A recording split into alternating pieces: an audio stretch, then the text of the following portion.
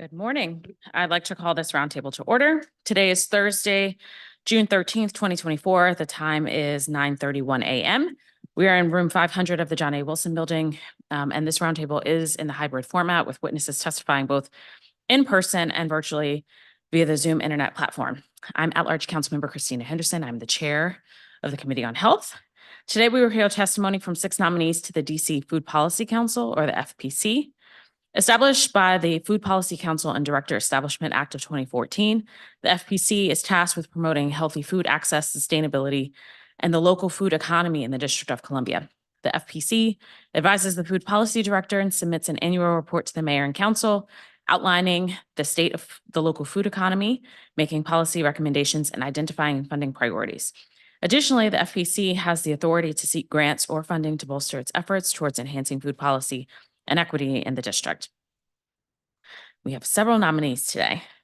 PR 25-635 nominates Maya Price to the Food Policy Council for a term to end March 1st, 2026.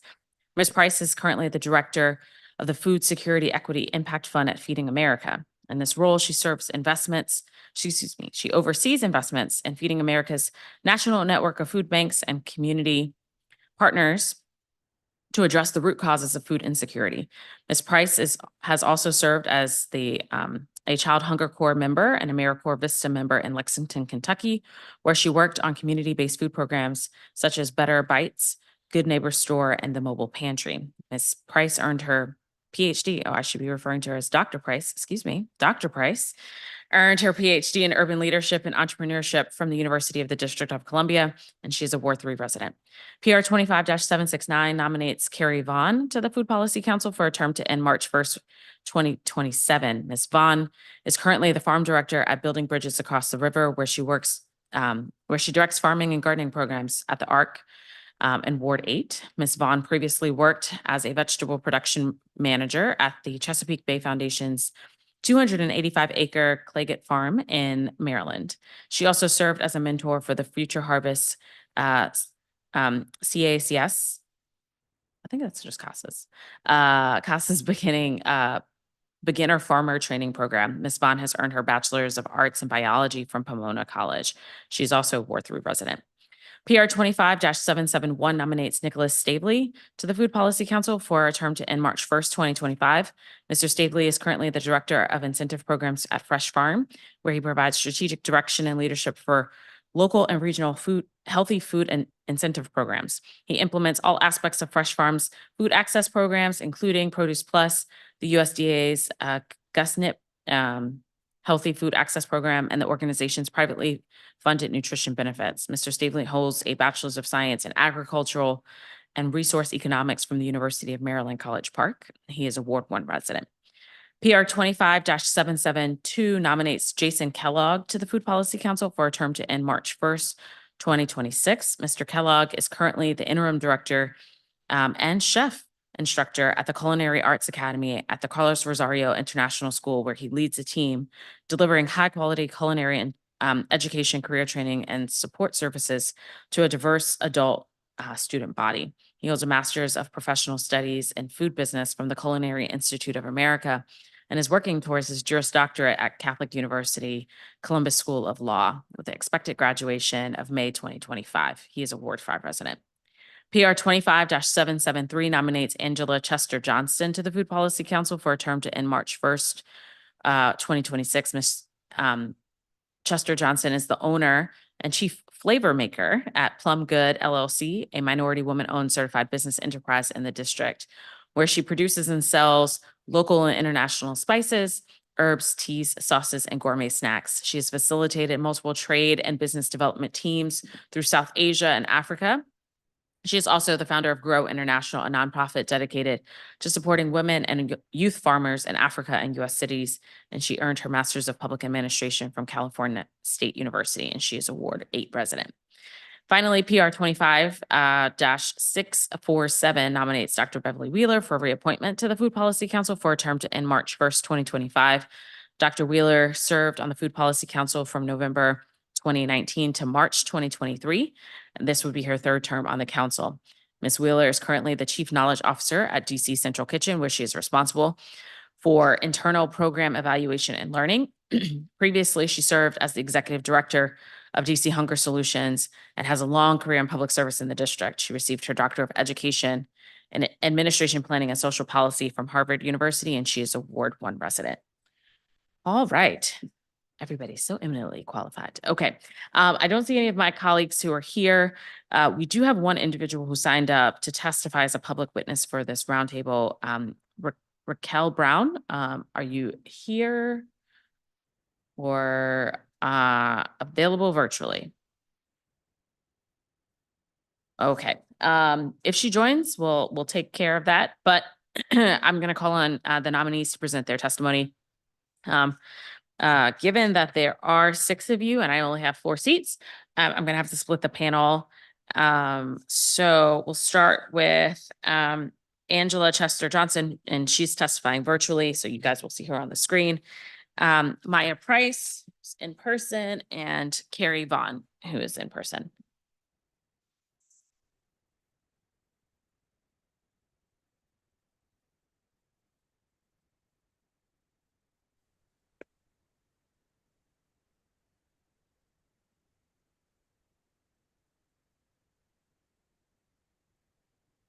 Good morning. All right, there you are. Okay. Yes. All right. So before everybody gets started, I have to swear everyone in. So if you could just raise your right hand, and for Ms. Chester Johnson, if you could do so in the screen box, great. All right.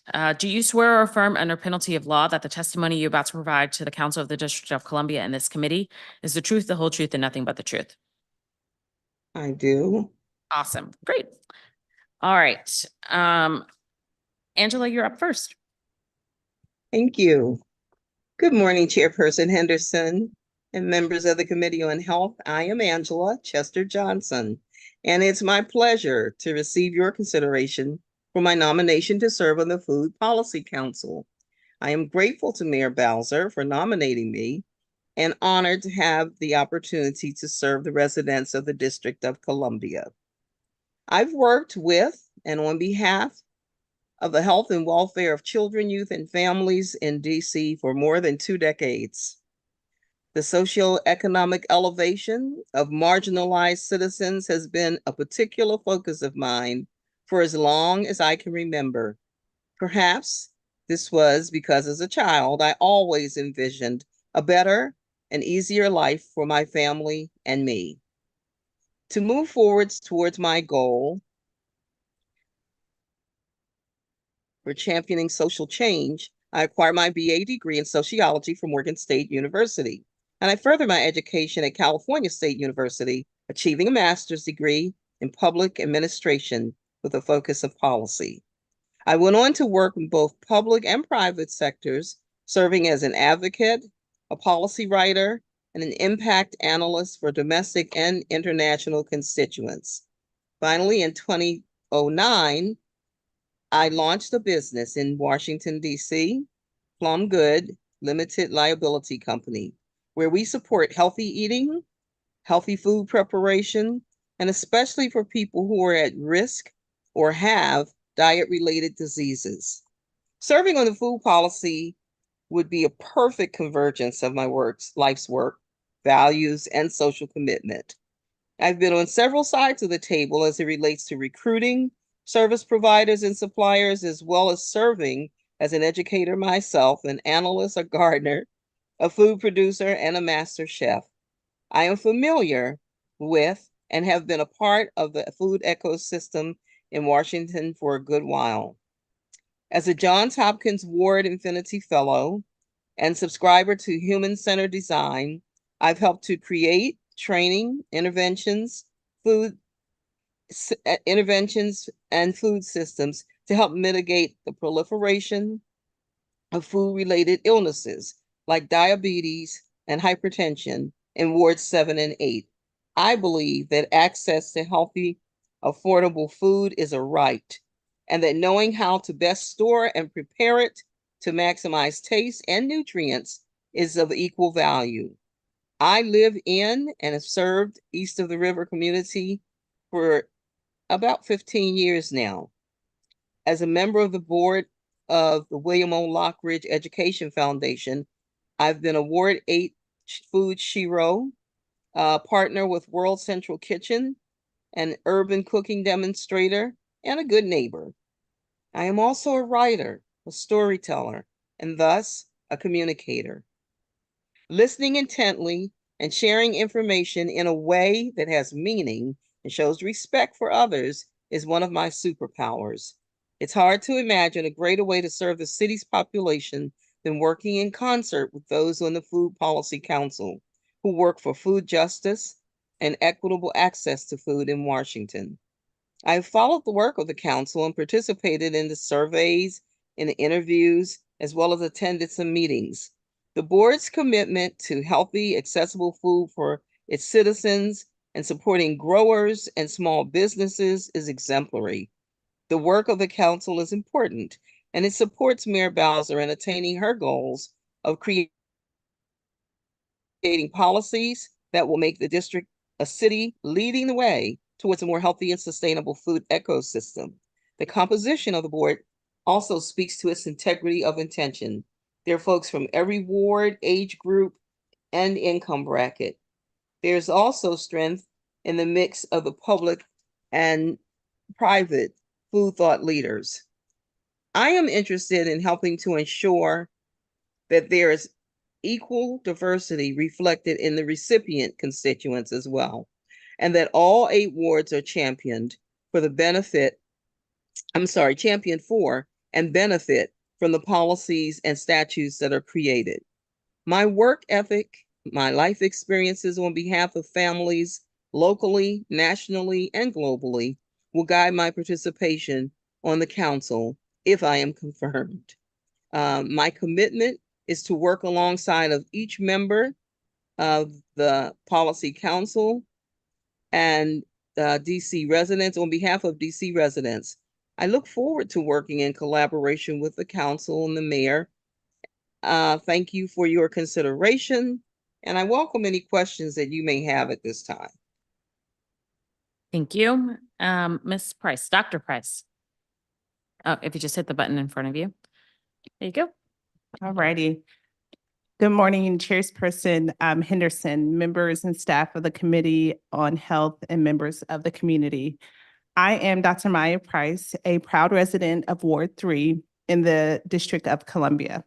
I would like to thank Mayor Bowser for nominating me to this important position.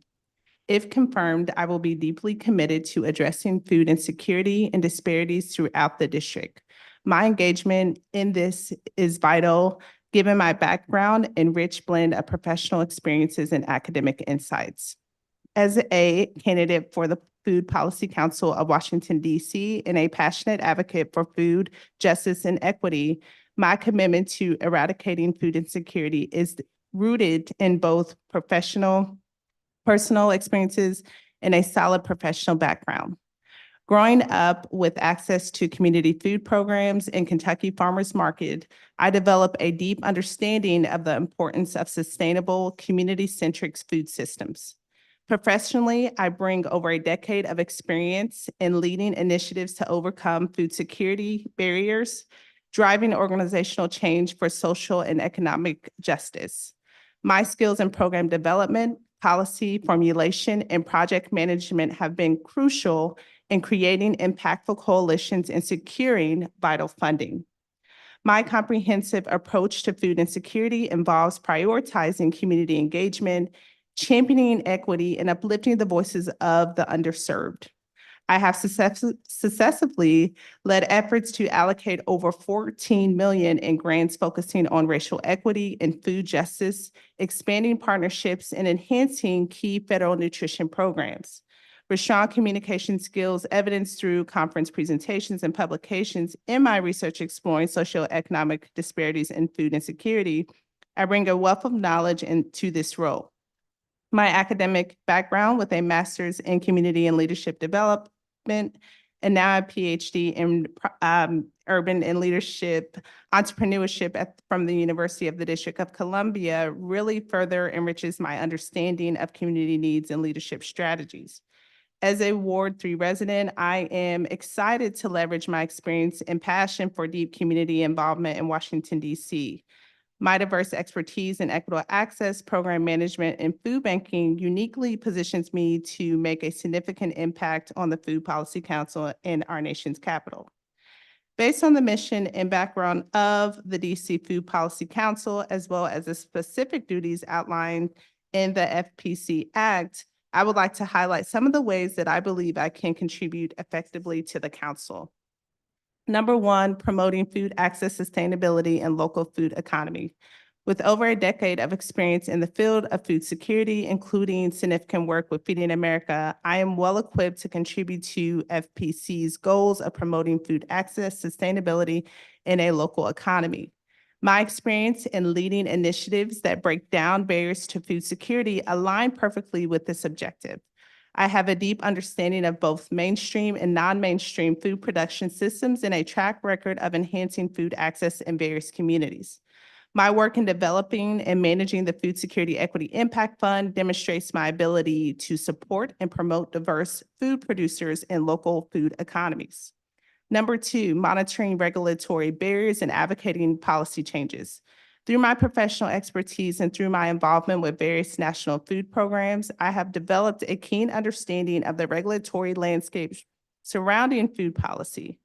This experience positions me to effectively monitor regulatory barriers that impact the local food economy and advocate for necessary policy changes. My expertise in policy development and program management will be invaluable in identifying and addressing these barriers, contributing to a more robust local food economy in the district. Number three, data collection and analysis of local food economy and access. My background in research, particularly my work with the socioeconomic determinants of food insecurity, has equipped me with the skills necessary for collecting and analyzing data on the local food economy and food access. Utilizing technical skills and data analysis tools such as R and Tableau, I can contribute to a thorough assessment of food deserts and other areas of need within the district, providing the FPC with critical insights to inform its strategies. Number four, implementing national best practices in food policy. Having been actively involved in the national dialogues and conferences about food policy, I'm aware of various national practices that could be beneficial to the district. My experience in adapting and implementing these practices in different contexts will aid the FPC in determining the most effective strategies for improving public health, policy related to dietary-related illnesses, and overall food policy in the district. I am deeply honored to be considered for the Food Policy Council of Washington, D.C. My journey, rooted in a blend of personal experiences and professional achievements, reflects a steadfast commitment to food justice and equity. As a Ward 3 resident, I bring not only my professional expertise, but also a personal dedication to improving our community's food systems. With my experience in program development, policy advocacy, and community engagement, I am eager to contribute to the council's missions of creating a sustainable, equitable food environment in the district. I am ready to collaborate, innovate, and work to address the challenges of food security and sustainability, aiming to make a lasting positive impact on the lives of DC residents. Chairperson Henderson, thank you for this opportunity to testify today. I look forward to answering any questions from you and the committee. Thank you. Ms. Vaughn. All right. Good morning, Chairwoman Henderson. Thank you so much for allowing me to be here. And thank you also to the other members of the committee. And I really appreciate Mayor Bowser nominating me. I have been a farmer for 25 years, so I currently work for the Ward 8 nonprofit Building Bridges Across the River as the farm director. I manage a network of urban farms in Southeast DC, the largest of which is at the ARC, which is the Town Hall Education Arts Recreation Campus in Ward 8, where we bring together 4 schools, 2 theaters, an art gallery, a ballet studio, art studios, a meditation center, a job training cafe, a boys and girls club, and a center for young adults experiencing homelessness. Our other farms, or Bridge Park plots, were created 6 years ago in collaboration with communities of faith and nonprofits that include Union Temple Baptist Church, Allen Chapel AME, National Children's Center, and Hopkins Apartments, which is a DC Housing Authority property on Capitol Hill. We harvest produce at many of these sites to distribute at no charge to DC residents every Friday afternoon. I've served as a mentor to farmers in the Washington, D.C. region and as president of Future Harvest, which is a Chesapeake Alliance for Sustainable Agriculture. If confirmed, I will bring a unique background to the Food Policy Council. Not too many members of the council have driven tractors. I began my career as a commercial organic vegetable farmer on 285 acres owned by the Chesapeake Bay Foundation. I've sold produce in DC for my entire career, both by subscription CSA and farmers markets. My wheelhouse is bringing the magic of fresh, delicious, nutritionally dense strawberries, tomatoes, sugar snap peas, and other fruits and vegetables to children and adults who have not had access to this exceptional food. And in many cases, don't even realize what they're missing until they taste it, because I give it to them. I'm particularly interested in organizing and collaborating with all farmers growing inside the district. My first task with the Urban Agriculture Working Group of the Food Policy Council has been to organize group visits to farms across the district. I believe we can learn a lot from each other. We could benefit from combining our supply orders. We have special obstacles that we can tackle more effectively if we're united as a group. The Sustainable DC Plan calls for 20 more acres of land in food production by 2032. We need it to be as easy as possible to create new, productive food growing spaces to reach that target. Thank you, Chairwoman Henderson, for the opportunity to testify before the committee. I would be happy to respond to any of your questions. Thank you. And thank you to all of you for agreeing to serve in this capacity. We have a number of boards and commissions under the Committee on Health's purview. And I always like to underscore a thanks for willingness to serve the community, because none of our boards and commissions are salaried or stipend positions. You're definitely giving of your time on behalf of your neighbors, which is fantastic. I do have a few questions for you all. Ms. Vaughn, since you went last, I'll start with you. I think your experience as you say, a farmer for the past 25 years is a very unique one to bring to the Food Policy Council conversation. In my prior job, we worked on legislation here at the council around urban farming and trying to loosen regulations, but also put forward things that allow for communities to start gardens in their areas in an easier clip. Do you think that there are any district policies that could foster more community garden participation or farms to operate in the district? I know there's, we are land constrained, so we'll never get to 250 acres, but, what do you think on that? I will say it's sometimes not easy to know what the precise obstacles are until you're sort of living them. So for example, I was visiting a good friend of mine, Gail Taylor, who runs 3 Part Harmony Farm. You probably know her. Mm-hmm. And she was saying that her big obstacle right now for the business is they can't find liability insurance. So it's not something I ever would have anticipated. I would have said, okay, the problem is getting access to land. And well, so that was a big problem. And now she has access to land and she's running this great business and it's like totally making money for her and providing a really wonderful service to the community. And somehow liability insurance is the problem. So I'm not sure how the council solves that problem, but it does seem like something that we could sort of make an effort to help. But she's only one person, right? I mean, so I think we as the urban growers in the city really need to sort of be in touch and figure out, okay, so what are the things that are really the biggest problem for us? Is it something simple like it can be really hard to get deliveries of large items. You know, I was just trying to get something called a cattle it's some fencing that you get. It's like 16 feet long Okay. that you can get at like a Tractor Supply place to use as trellis. But it's like, I don't have a vehicle for that. I don't even have a truck. I don't know. I'm going to get it delivered. I can't find the, you know, the store is not that far away, but you know, so there's just like little things that I feel like we need to be a little better organized so that we can try to tackle some of them. Right. And land access. I mean, always land access. So, you know, I think given your experience, working with the ARC,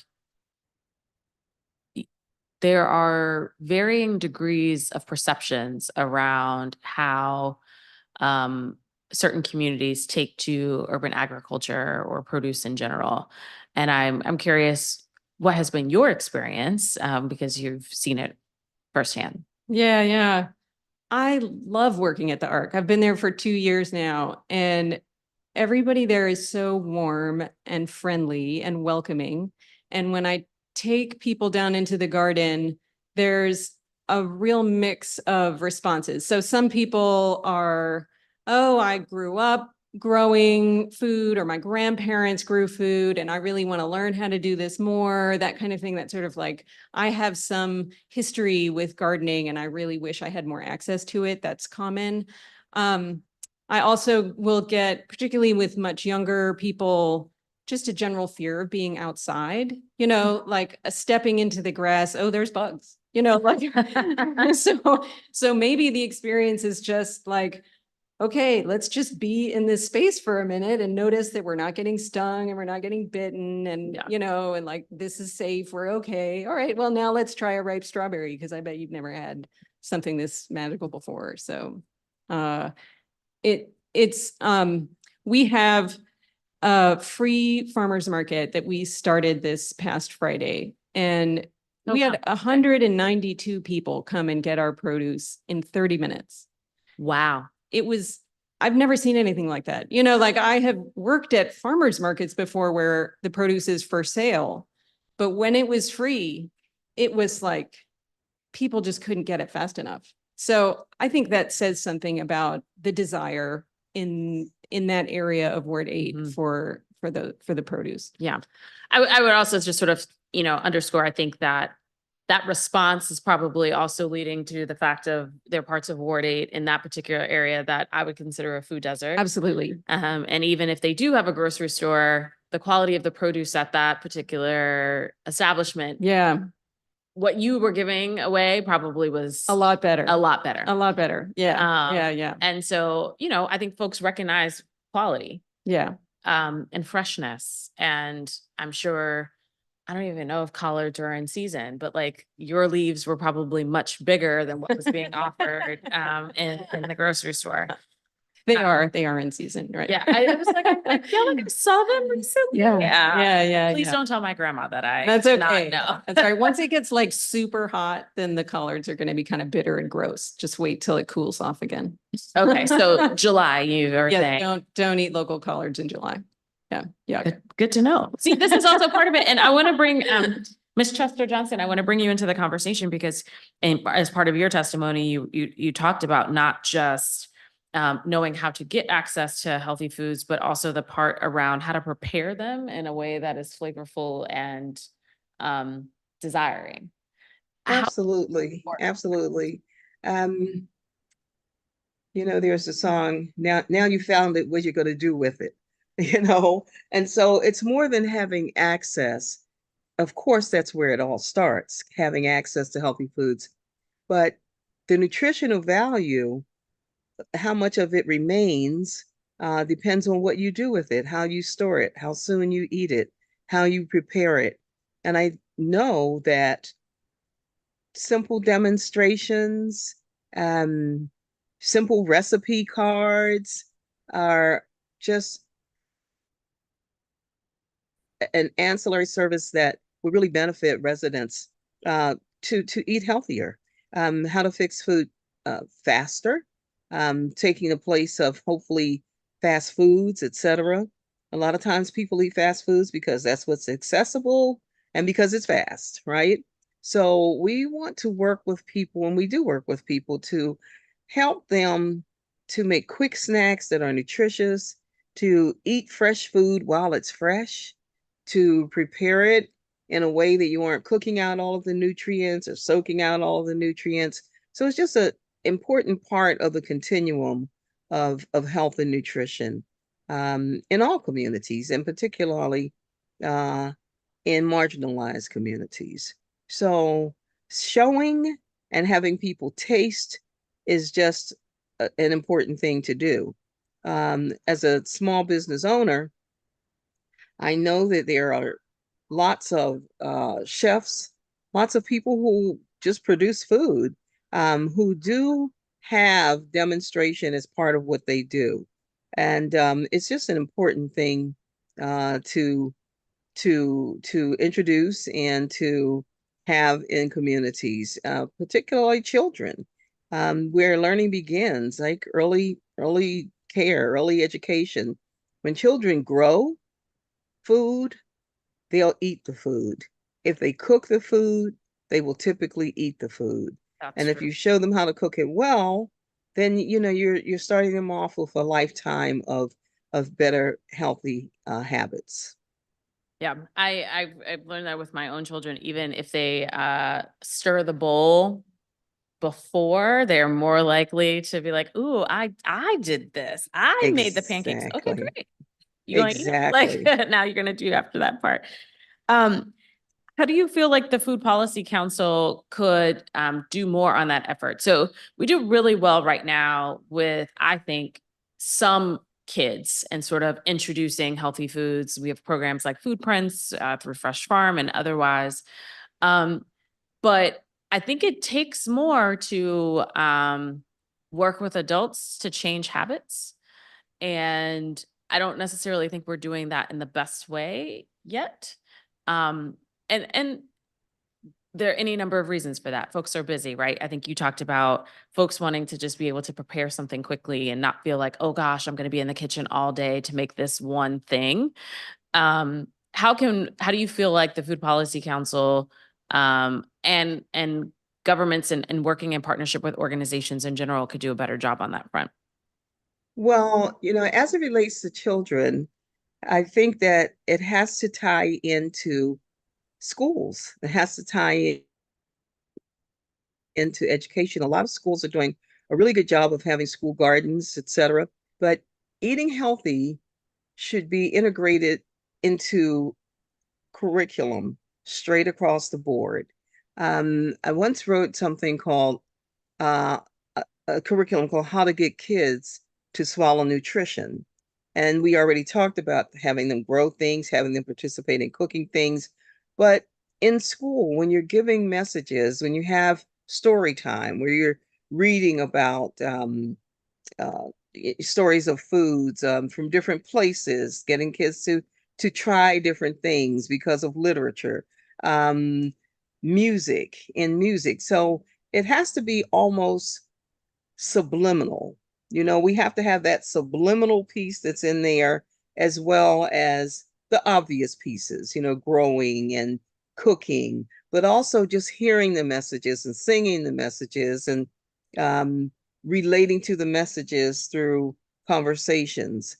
And then also celebrating foods and celebrating cultures through food. I mean, food is one of the best ways to celebrate cultures.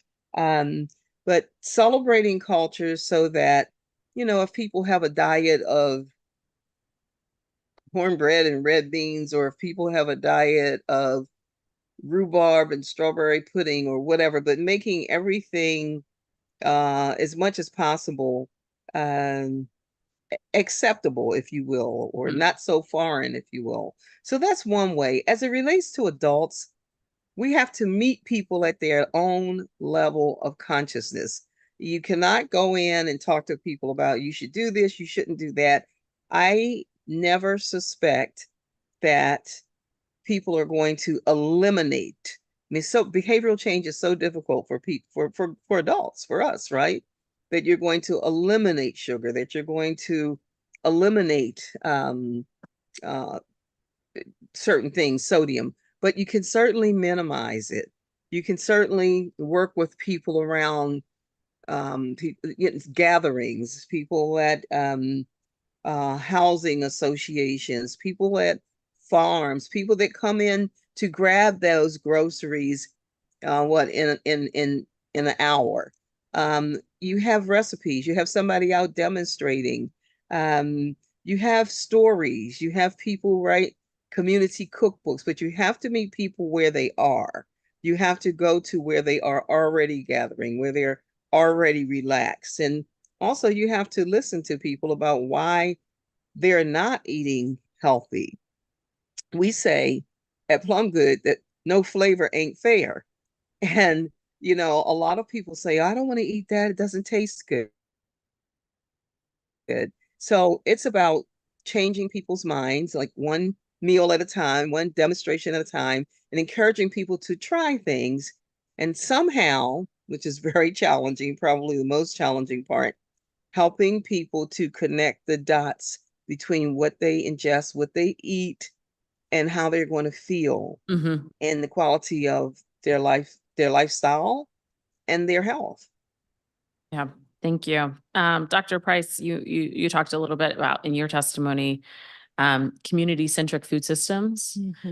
And I love that concept. And I feel like in the conversations that I've had with Deputy Mayor for Planning and Economic Development, right? And in a most recent conversation, she's like, look, we beat down this conversation about grocery stores. Perhaps we need to talk about a different type of system if we're not going to be able to deliver a 20,000 square foot grocery store. What are some other ways in order to do that? And, your work in Louisville, I think, has been very interesting in sort of exploring what other food systems could look like. Yeah. Do you have any thoughts on this? Yeah. So share just agreement with what's been said. And I think from my perspective and working with Feeding America at the national level, being able to take this aerial view of what's happening across the nation. Yeah. And how food security, food insecurity, food inequity shows up in so many different communities, especially as we're thinking about urban-centric communities, rural communities all across the board. And one thing that I've seen in working with so many phenomenal community partner organizations across the nations is that communities know and can elevate potential solutions and ideas because they live right in the communities. They're able to see what is happening in their own backyard and to think about, okay, how am I being affected? How's my family being affected? But how are my neighbors being affected? And how can we come together as community leaders, as community individuals, come around the table to co-design and co-develop solutions that may work for us? So what we've seen across the nation is how imperative mobile initiatives have been, especially with meeting residents exactly where they are at, right in their backyard, at their doorstep. We've also seen the significance that farming has been able to bring to community members, especially having that additional access to fresh and nutritious food resources. So I think I'm truly excited to be able to see this national lens of what's happening and be able to bring that here in DC. I think a lot of times when solutions are being created or policies are being crafted, you don't really hear the voices of community individuals in some of those stories. So I think that's going to be very, very imperative, especially as we're moving forward here in DC. So excited to bring my national lens to the work that's happening here. I think that's an important point that you raised. Although I would say sometimes when you have a community conversation and the community may not know all of what is possible, Exactly. the community conversation can be very limited, right? So I can have community conversations all day long and they will tell me I want a grocery store. They don't necessarily know you could have a co-op or this or that or X, Y, or Z, because we don't see examples of that in the district and sort of know that that is what is possible. And so that's why I'm really excited about bringing your perspective to the conversation around, okay, let's think outside of the box in terms of what is possible, of how we can dream bigger around what does our food systems look like here. Absolutely. And just a quick example, in Detroit, they just established a co-op model. In Detroit, we know there's so many food deserts, a co-op model right in the heart of Detroit and supporting residents that don't have easy access to food and resources. So I'm excited to leverage that insight and that knowledge that I know that's happening in Detroit and other urban areas to see what is possible. And I totally agree with you. If you don't know what resources are available, then how can we have a deep conversation about that? So looking forward to definitely elevating what's possible. Okay. For all of you, what would you say is okay, got to pick one thing. So I'm looking at the time. One thing that you think that the Food Policy Council should most certainly work on in the next year. Ms. Vaughn. All right, I'll be brief. Definitely exactly what you're talking about, food access in Ward 8. Okay. Ms. Chester Johnson. I would say supporting small businesses and providing better food. Supporting small businesses in their capacity to provide better food. And I would say all of that, plus supporting small growers and farmers and really looking at how can we expand production and opportunities. Okay. So the Food Policy Council has several working groups, including food access, sustainable supply chain, urban agriculture, nutrition and health, and entrepreneurship. Is there a working group that you're most interested in joining? How would you bring expertise to that? I'll start with Dr. Price since I started with Ms. Vaughn first. I want to say all of the groups. But I think for me, the more on the more sustainable and agriculture side, I think there's a lot of expertise around policies and just, again, the practices that I've been able to see across the nation that I could definitely bring and help to inform, particularly on that committee. All right, Ms. Vaughn. Yeah, I've already been picked up by the urban ag working group. So Great. Ms. Chester Johnson. Well, I also sort of been fit into the slot of entrepreneurial group. And but I will say, like my peer there, I thought yesterday I sat in on a meeting of the entrepreneurial group, and I offered some thoughts and suggestions. And Ms. Howell says, "Oh, that's the so-and-so group. That's the so-and-so group that's going to do that." And I thought, well, wow, it's all a big universe, and we find our way in it. But definitely with the entrepreneurial subcommittee, in ways that we as entrepreneurs offer healthier options, let people know what they can eat and how they can eat it, and also that people can deliver better, be supported in doing that, in delivering better food for lower costs. And that takes support. That takes policies that will support the businesses in doing that piece. Great. And my final question, have you all had a conversation with the director, the food policy director, or with the mayor's office of talent and appointments around the time commitment for this role? And do you feel confident that you have the time to be able to do it? I need to hear it on the mic. Yes, absolutely. Okay, great. yes, thank you. All right. Well, I say definitely yes. It's a labor of love.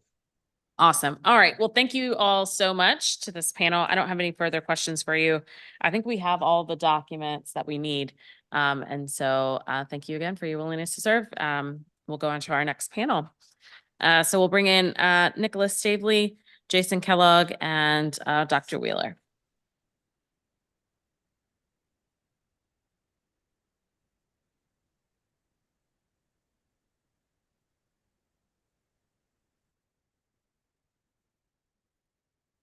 All right. Mr. Stavely, when you're ready.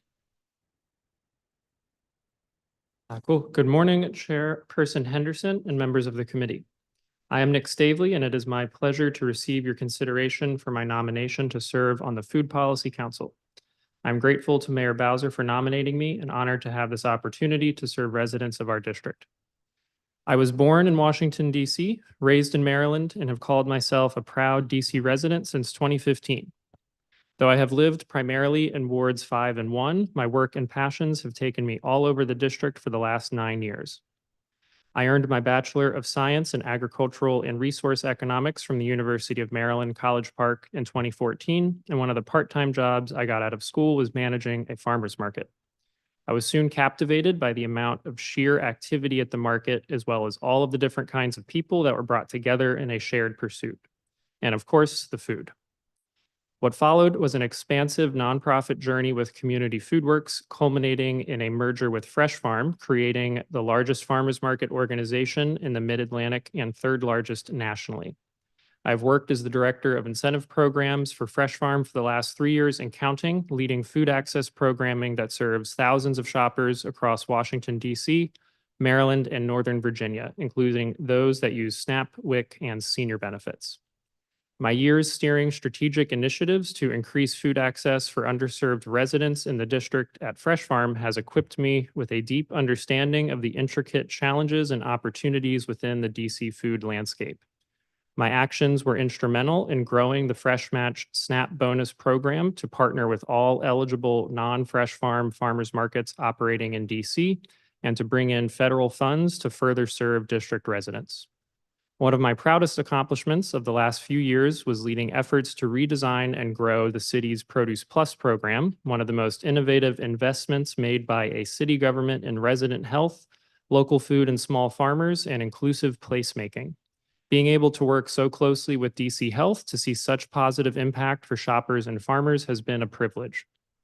I see joining the DC Food Policy Council as a new way for me to holistically contribute to the local food system, and I believe that I would bring a compelling meld of experience and skills to this board. Moving forward, I would love to see the Food Policy Council more connected and active throughout the district. As a volunteer appointee, I believe that I would be able to support the Food Policy Council staff and facilitate the advancement of its food policy priorities for 2014 and beyond in some of the following ways. To work to build interconnectedness between all of the food access programs available to residents across the city in order to seize new opportunities and to create new partnerships. To potentially co-chair the Food Access and Equity Working Group, as I have also been nudged towards. To seek to expand collaborative food as medicine programming and funding efforts across the city, and of course, to continue to empower farmers markets as inclusive, flexible, and generative spaces. Thank you, Chairperson Henderson, for the opportunity to testify before this committee. I'd be happy to respond to questions from you and members of the committee. Thank you. Mr. Kellogg? Good morning, Chairperson Henderson, and good morning to my future colleagues here and the rest of the members of the committee. I'm Jason Kellogg. It's my pleasure to receive your consideration for my nomination to serve on the Food Policy Council. I'm grateful to the Mayor, Mayor E. Bowser, for nominating me, and honored to have this opportunity. With over 20 years of experience in various roles within the food and hospitality industry, I believe I can significantly contribute to our community here in the district. After graduating from the Culinary Institute of America, I moved to DC in 2014 to pursue a career in the hospitality industry, and I soon found my calling in serving the DC community as a culinary arts educator. Over the past decade, I have been dedicated to training and mentoring chefs throughout the DMV. My students' dedication to learning and self-betterment inspired me to continue my own education, and now I'm currently in my last year of law school at Catholic Law. As a culinary educator, I have a unique perspective on how food reaches people, and my role in training food service workers and understanding operations of food establishments provides me valuable insights into how these entities impact our community. And as a law student, I have developed strong analytical skills to assess public policy issues related to food security. My recent coursework in environmental justice includes a focus on food justice, and that course we actually talked about food policy councils and the history of food policy councils. And this allows me to explore the intersection of food policy and social equities.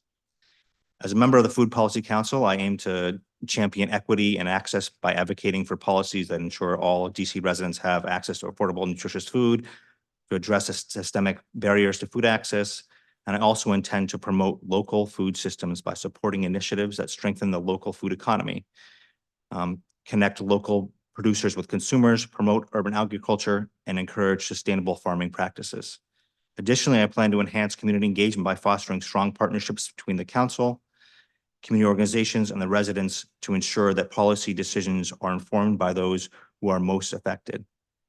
facilitating inclusive dialogues and community-led solutions. Lastly, I aim to drive innovation in food policy by leveraging best practices and innovative approaches to address the complex challenges of food insecurity and sustainability by exploring new technologies, funding mechanisms, and collaborative models, which some of our other colleagues talked about today. I believe my combined experience in culinary arts and now in law along with my commitment to food justice, make me a strong candidate for the Food Policy Council, and I look forward to the opportunity to serve and contribute to the council's mission. Thank you, Chairperson Henderson and the committee. I would be happy to respond to any questions. Thank you. Dr. Wheeler. Good morning, Chairperson Henderson, members of the committee and staff. I am Dr. Beverly Wheeler, and it's my pleasure to receive your consideration for my renomination to serve on the DC Food Policy Council. I'm grateful to Mayor Bowser for renominating me and honored to have this opportunity to continue to serve the residents of the District of Columbia. I began my anti-hunger journey 14 years ago when the charter school group I managed was the first in the city to serve breakfast in the classroom. During my 7 years as the director of DC Hunger Solutions, I had the opportunity to work with a dedicated group of food fighters to pass legislation geared toward ending hunger in the nation's capital. I am currently the Chief Knowledge Officer at DC Central Kitchen, where we use food as a tool to strengthen bodies, empower minds, and build community as we work toward addressing the root cause of hunger, poverty. For over 4 years on the DC Food Policy Council, I served as the co-chair of the Food Access and Equity Working Group. During that time, we worked diligently with our government partners to identify under-resourced areas in the city. We conducted outreach to make sure that individuals with lived experience participated in Food Policy Council discussions. We assisted in spreading the word about food and nutrition resources available to the public. Senior hunger became a priority issue for us. We brought together interested parties to brainstorm ideas and solution sets. Senior food insecurity continues to be an intractable issue for the District of Columbia. We have convened partners, we have written and passed legislation, we have local universities and nonprofits conducting studies. We have much of the data we need. Now we have the opportunity to face it head on. I hope the DC Food Policy Council can continue to be a vehicle to address the issue by working more closely with the Department on Aging and Community Living and the Department of Human Services. Thank you, Chairperson Henderson, for the opportunity to testify before this committee. I would be happy to respond to any questions from you, the members. Thank you. Thank you. I'm familiar with all of the organizations for which you all work. And, Nick, I think you've testified before the committee before on some things, and Dr. Wheeler, I've seen you before. I haven't seen you before, Mr. Kellogg, but I'm very familiar with the work of Carlos Rosario and the graduates that they put out into our hospitality community within the community. So I'll start with a thank you all for your willingness to serve and continue to serve. Dr. Wheeler, you kind of started at the end there with the question I was going to ask at the end, but I'll start now. You talked about what you feel like is one of the big issues that we really need to focus on now, which is senior hunger. And it is something that, various forms of legislation have passed, and yet we still haven't been able to do all that we can on that front. But it's something we're continuing to work on for sure. So let me ask Mr. Stabley and Mr. Kellogg, if you had to pick one issue that you feel like the Food Policy Council should focus on for the next year, what would you say? Out of many, I would say working with more organizations and partners and individuals across the district. So as folks before me had mentioned, I think prioritizing community engagement and really convening with folks who are at the root of these causes we're trying to address will make our efforts successful. I've heard that those closest to the problem are often closest to the solution. And I think finding a combination of bringing that mindset into these conversations and work with the ability to like also bring in more info about what is possible that other people haven't maybe seen examples of, and trying to bring those all together would put us in the best place. So prioritizing community engagement and authentically communicating with folks and bringing new opportunities to them. Mr. Kellogg? For me, as a culinary educator for a long time now, my most important thing to work on and be the food entrepreneurship. But with that is also kind of pair the food waste piece, right? And I know there's a lot of great things happening in DC right now with the composting programs and looking to make sure there's less waste for restaurants and food operations. But I think that being able to use my skill sets as a mentor for so long and helping a lot of food businesses in the district, start and thrive would be one of the things I would want to focus on. Okay. Mr. Kellogg, I was thinking you might be the first, well, I don't want to, I can't remember off the top of my head the full makeup of the Food Policy Council, but at least for the nominees that I've seen, I think you might be the only chef right now. Well, yes. Yes. So yes, yay, welcome. In terms of a chef, and my husband laughs at me because I watch the Food Network at night as a way to like decompress. Guys, grocery games and beat Bobby Flay and the whole nine. So I'm always very fascinated to be able to meet someone who's sort of in that industry. And then reading the bio and your materials, and then they said, well, you're currently pursuing a legal education. And I was like, wait, what? This doesn't really match here. But I'm curious how you see your legal education sort of contributing to the work that you currently do, but also contributing to the overall work of trying to improve food quality and access in the district. So I want to begin again by saying that, I get this question a lot, like, you're a chef while you're in law school. What are you doing for that? And one of the main reasons I did that is because I see my students struggling with some of the legal issues around running a business. And I do have another background, a master's degree in food business, and I know about how that entrepreneurial side works. And I wanted to understand better, and I felt like I could help better if I was a lawyer. So that's why I went to law school. I think that what makes that so unique, though, is that we can really find those little small details of what makes a food business work and how we can create those longer lasting opportunities for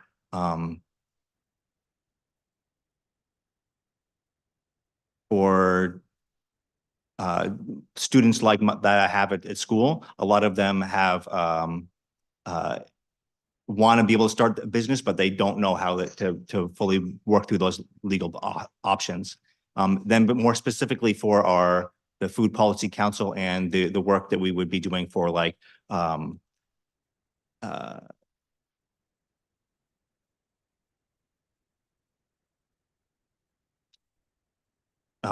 the food justice arena, and making sure that we can have the DC government can work towards excuse me, sorry. Okay.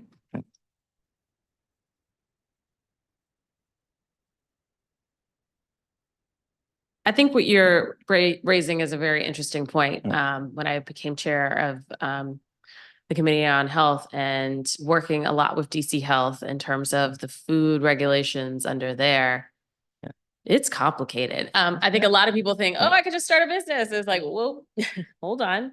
What's your water source? What's this? What's that? Add to it some of the insurance liability pieces that come into it as well.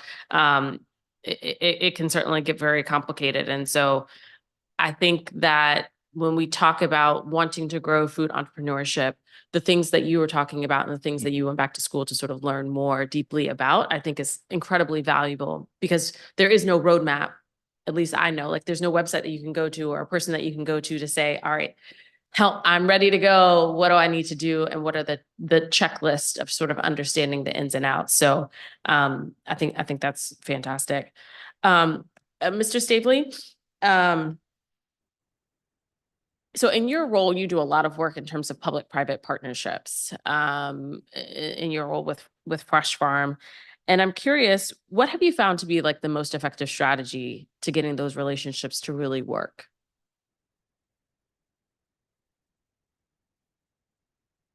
I think a real like values-based and core like buy-in on the goals, the shared goals and priorities from the onset is really what's gonna drive people to figure out how to work together when they have those opportunities. Like in the nonprofit space and working with philanthropy, like you're frequently faced with scarcity and trying to figure out like how to make something work. It's like rarely entirely a question of like, what do we do? Like, what is the problem? Like the problems are fairly apparent. And I think with the different challenges unique to like public and private relationships and just like funding work in general, like there's potential for a lot of like bumps along the way. And I think those are more likely to derail efforts if people don't have that like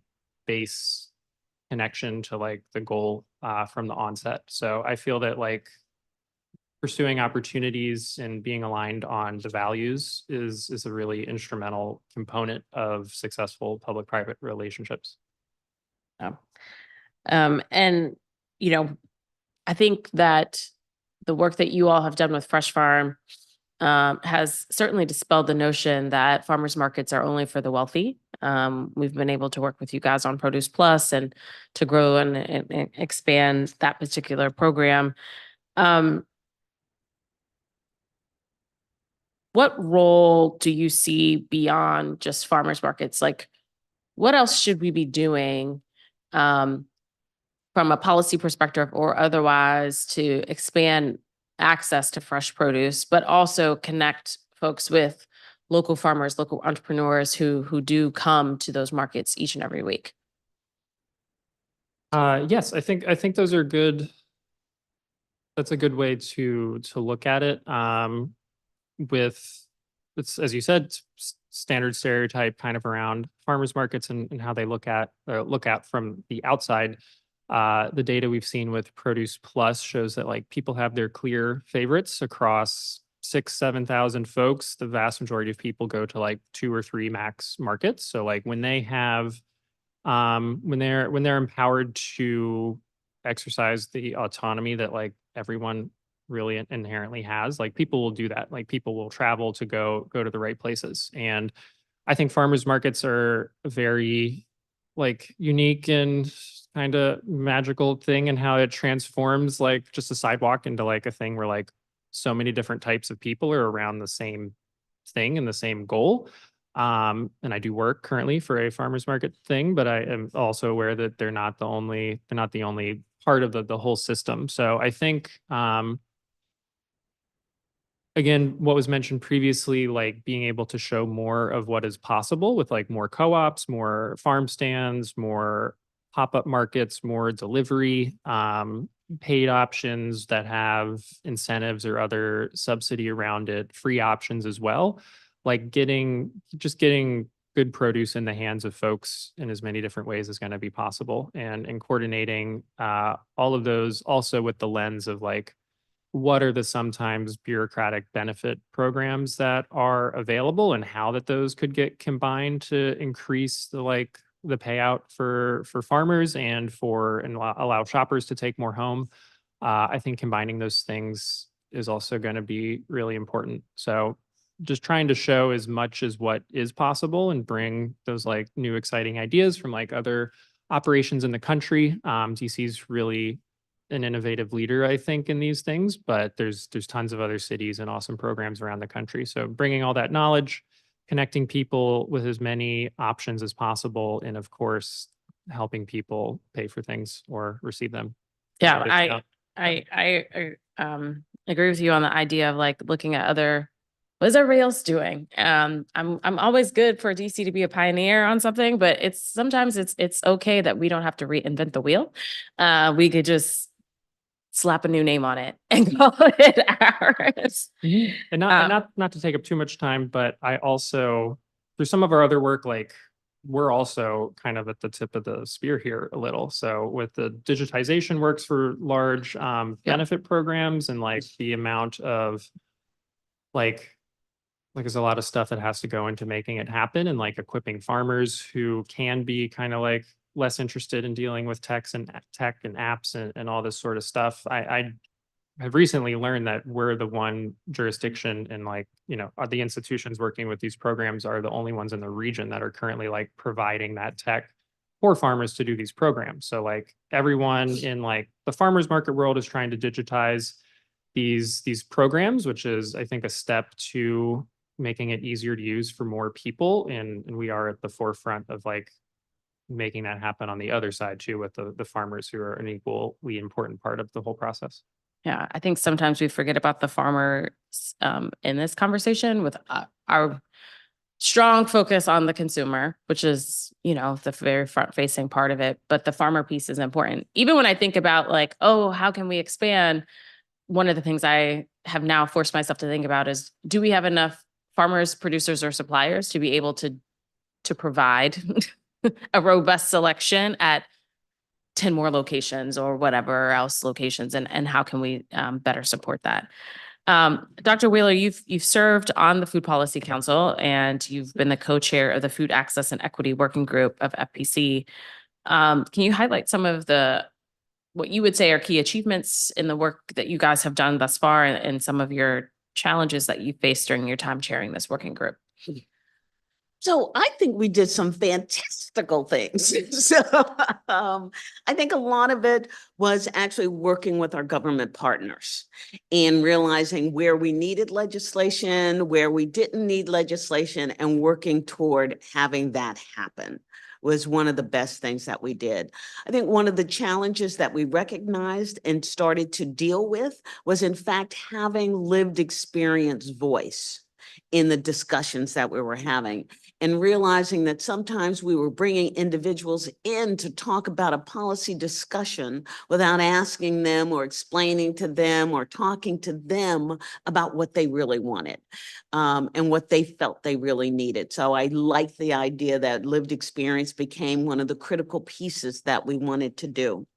I can't say enough about just sort of stepping back and saying senior hunger is an issue, and not allowing it just to wait until they all died and then they cease to be an issue, because people keep getting old. Okay, so it's going to continue to be an issue if we don't address it. I think one of the other things is really what I heard today when I'm listening to what I hope will be my future colleagues, is the excitement about the diversity of what we bring together. And actually, we were able to take each other's strengths, because not all of us were into the same thing. We were able to take each other's strengths and bring that forward, knowing that we were serving the residents of the District of Columbia, particularly for the Food Access and Equity Group. But every group really did that work. And I think that was one of the joys of that, which makes it okay for me to continue to do this, even though I listened to some of these and I said, well, maybe I don't need to stay on because I've got these. You're here now. You're here. Great people are coming. You're here now. You're already here. So one more term, and then you can make a decision after that.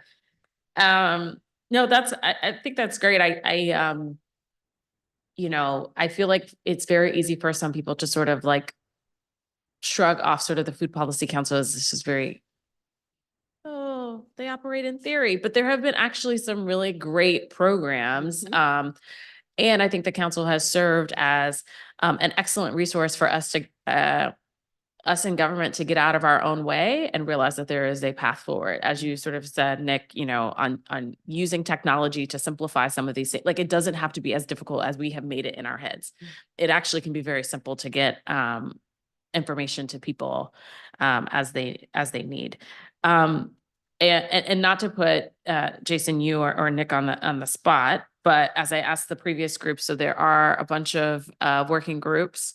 You don't have to say Beverly's working group because she's sitting here, but are there Is there a particular working group you're interested in serving? For me, it would be the entrepreneurship or the food waste. Okay. And just a tiny bit more on that. So when I'm as a teacher, I'm educating my students, we start like in the very beginning of like we call mise en place. I don't know if anybody's familiar with that term. That's like setting up all your organization before you even start cooking. And like that's, getting all your self like mentally prepared and then actually preparing your food before you actually start cooking it. So to back up what our previous panel has said, Ms. Johnson, she was talking about how important it is to meet the people and give them the idea of like how they can prepare the food. And I think being able to like give people the idea of like, hey, they can be able to prepare food with a recipe card, things like that would be a great way to work on both food waste and the entrepreneurship. On the food waste piece, so I am a participant in our compost pilot. And I'm very interested to see, once we get to the end of the pilot period, one, how much food waste we were able to collect as a city, and two, what are the ways that we can make it both more sustainable and broaden access, because we put caps on every ward in terms of who could participate versus who couldn't. But to your point around the issues of food waste is just as important, in my opinion, as we talk about food access in general. So my neighbor actually participated in that program, but I don't think she's ever put the can out, just because, for whatever reason, she has probably a lot going on. Yeah. So just like, why is that happening? How can we make it easier? Different than your day that you put out your trash and recycling. Right. So you got to like remember, oh wait, like my compost day is Monday, which Sunday night is always like my husband, did you put the compost out? Right. No, I did not. Okay, let me get up and do it, because they come early on Monday morning. So you got to like do it the night before.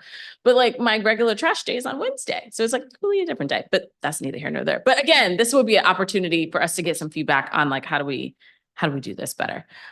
Nick, what working group? I've been in some discussions with Caroline about the food access and equity working group. I think there are a lot of different things that come together to make that happen, from talking with farmers, talking with folks experiencing food insecurity, to then translating that up to institutions. So I think to like further those efforts, you kind of got to like be able to thread the needle between a lot of those different things. Mm-hmm. So. And Beverly, are you going to stay on your working group? So, yes, I'm going to stay on mine. But the joy of the Food Policy Council is we're not siloed. Sometimes the working groups work together on different things. Sometimes we even have 3 working groups working together. So you can be on a lot and still be part of the food access. Okay.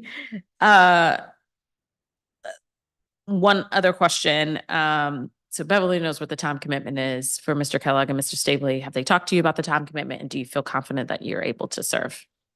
Yes, absolutely. Okay. Yes. Okay, great. One thing, I'm going to put this out here because I see here, the director, and I'm in the building. One of the things that I'm hoping that the Food Policy Council can look at is the rollout of the summer EBT program. What are we referring to as that? Sunbucks.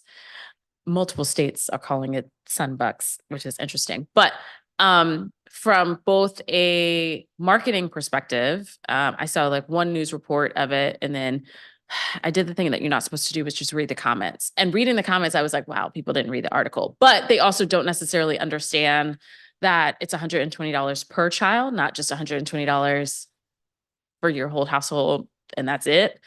And how we might be able to get some feedback on, one, did the rollout work? And two, did folks find it useful or helpful in terms of their taking care of their family in the summer purchasing endeavors? I know for me, my kid is about to, one of my children is about to go to summer camp, and despite what we pay, we have to pack a lunch every day. And just not just lunch, but also 2 snacks. And I was like, the snack budget alone for the summer with my children, I'm like, they're gonna snack budget and the fruit budget. We've talked about the fruit budget. The fruit budget nobody ever talks about. I will come to your farm, and anytime you're offering fruit, I will take the fruit. Anywho, I want to thank all of you again. I want to thank all of the nominees for agreeing to serve the district. And then, for those who are watching at home, I always give this PSA. Serving on a mayoral board or commission is an excellent way to give back to the district and to inform policy decisions, goals, and then also to serve various workforce. So for healthcare, we have 19 boards and commissions that they do all the licensing processing for the rest of the healthcare workforce, and we always need people. So if you're interested, check out the Mayor's Office of Talent and Appointments websites. They have a complete list of all of the boards and commissions and who has vacancies. And if you feel like your interests and qualifications align, please do sign up. This does conclude today's roundtable. The Committee on Health will hold its regular next meeting, which will be on Thursday, June 20th.